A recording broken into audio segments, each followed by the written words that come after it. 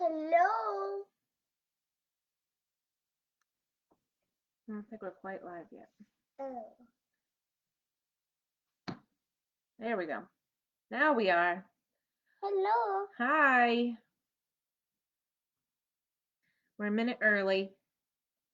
We just wanted to hop on for Imagine Your Story. It's Friday. It's the last day of July. Isn't that crazy? Tomorrow is August.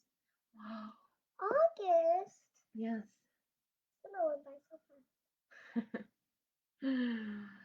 Some may say summer is not going fast enough. Right? um, but we on Fridays we do Imagine Your Story to correspond for our summer reading program, because that is the theme of our summer reading program. You can still sign up. You have until August. Well, it runs through August 17th, so you could totally do your reading between now and August 17th. And that is at islandfreelibrary.beanstack.org. Um, so check that out if you want to. And so every week, Madeline and I do a different way of telling a story. The first week we went on a nature walk and collected some things to tell a story with. We did the story cubes one week. Last week we did, what did we do last week? Puppets? Yep, we did puppets last week. And we had a special guest. Yes, we did. And so today we have a different way to tell a story. And it's to be fun, I think. So this is our felt board where our story is going to be. And I have some felt pieces. Now, these are from an actual, like, fairy tale type story. But we're going to make up our own story first, and then I'm going to read the actual fairy tale story that it goes with. And we'll see how it compares, okay? So Madeline hasn't seen these yet. So we're going on the fly here, but I'll show you what we have first, okay? So we have this man with an axe, like a wood chopper man. Okay, we have a woman.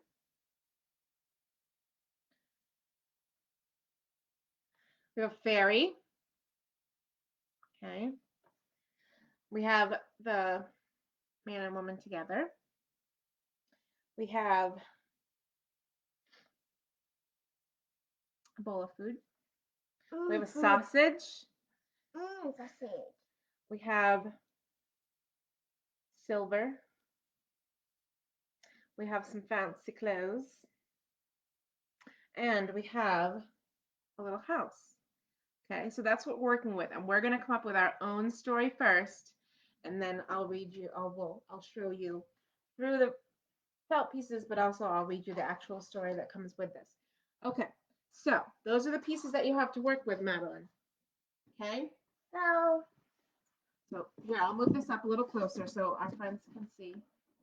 You gotta be on the side. First is the wood chopper guy, and he was very lonely and sad. And also there was a woman who was very lonely and sad. But she's actually very happy. She wasn't lonely and sad. She was happy and joyful. Okay. But then a fairy came along and told the guy that he could grant one wish, and he wished for someone to appear. So she made her think of flying out in the woods as true as where he was, and she talked about fancy clothing, and he talked about saving up.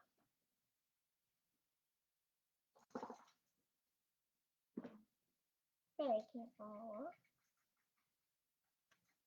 And then they agreed to get this cool house for the farm. They would eat these foods, and they lived happily ever after like that. And then what happened? Nothing else. Did they get their little house? Yeah. Okay. Where was their little house? In the middle of the wood. Okay. In the middle of the wood. And were they able to save up money? Yeah. Okay. Did they get the fancy clothes? Or were they happy with their clothes they were wearing? They got the fancy clothes. Okay. And did the fairy come back? No. No, never? The fairy was forbidden. Why was the fairy forbidden? Because granting wishes, you have to earn it instead. They decided to earn it, so they threw the fairy out. The fairy disappeared. Can you talk to the camera? I can hear you. And the fairy disappeared. Oh. But here's the next part. Okay. He got lost once. The man got lost. Does the man have a name? Kiki. Kiki? And she's Chi-Chi. Okay. And Chi-Chi forgot all about it because he was gone for way too long. Here, let me do it. Just so your back is not to my friend. And where he was, the fairy was too. Right underneath his feet, he couldn't even see her. She was small. She looked like a star. She talked about the fancy clothing again to herself. She thought about it, and she also thought about their house, and also thought about saving up. Okay. Well, she had some food in her hand. She ate a bowl of this dog food. Why is it dog food? Because it looks like dog food. Oh. That's way too much. And the fairy went up and asked if he needed anything. Because she knew something was wrong. And he said no. And she went to the girl and granted her the wish that he would have asked because she snuck up on her and did it. And then he thought of going and met up. And she told him her ideas that they already talked about saving up money, about fancy clothing, and she just wanted to talk about their fancy hair.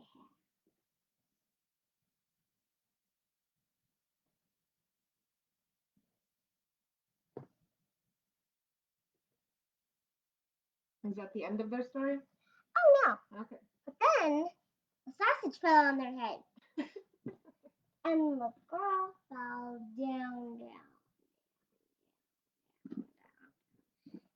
down, and he didn't even notice. Because the fairy was actually very evil. She acted nice, because she did a spell to make him forget. And then he walked on, and she fell and bonked her head. So she forgot, and she just ate dog food for the rest of her life. Oh, no. The end. Goodness. Okay, Madeline. Do you want to see how it shores up with the real story? Yeah. Okay, scooch over. Okay. Here, I need all the pieces. Wait, can I have that piece, Lou? Okay. You ready to hear the real story? I need all my pieces. Here, I'll move it up. So, thank you for doing that, Madeline. That was exciting. Okay, so the real story is called The Three Wishes. It is an English fairy tale, and it is dating back to Greek mythology. Okay, so a long time ago, there lived a poor woodcutter. Here's our poor woodcutter. And his wife in a small cottage at the edge of the forest. Every day, the woodcutter would go into the forest to cut trees and logs and firewood. Even though they worked very hard, the couple was poor and often went hungry. Early one morning, while the man was chopping wood, he said to himself, I wish we weren't so poor and that we could have more things in life.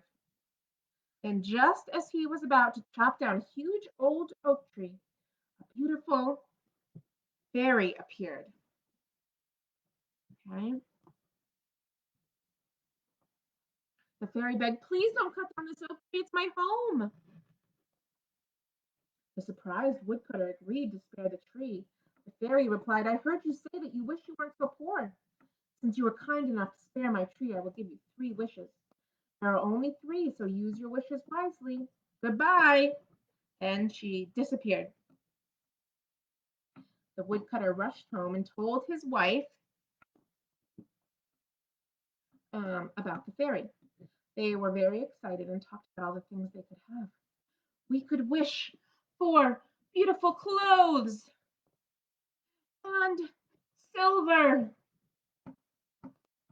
said the wife. We could wish for a grand house with a beautiful garden, said the woodcutter. We'll never go hungry again, said the wife. Yes, said the husband. But right now, I am very hungry and I wish I could have a fat sausage for dinner. No sooner had he said that than a fat sausage appeared before him. Oh, you fool, cried the wife. Look what you've done. You wasted a wish on this silly old fat sausage. Now we have only 2 wishes left. How I wish that sausage were hanging from your nose. As soon as she said that, the sausage flew up to the end of the woodcutter's nose and stuck there. Oh no, cried the man. Look what you've done. You've wasted our second wish. Now we have only 1 wish left. They pulled and they pulled and they pulled, but they could not pull the sausage off the man's nose. What shall we wish for with our last wish? Asked the wife. Shall we wish for silver, for fine clothes, or a beautiful house? What good are all those things if I must live my life with this fat sausage stuck to my nose? Asked the woodcutter. Yes, you're right, said the wife. So together, they joined hands and wished the sausage off the man's nose. As soon as they made their last wish, the sausage came off and landed right in the bowl. Well, at least we will have a nice sausage for dinner tonight, they said. The end. So that is how we made our own story with our pieces, and that was the real fairy tale story. So I hope you enjoyed that. And that is our Imagine Your Story for today. Don't forget, I'll be at the library open with my kids' garden takeout window tomorrow from 10 to 2. So you can always stop by. And we'll be back next week with some more virtual programming just for you. Okay? Bye.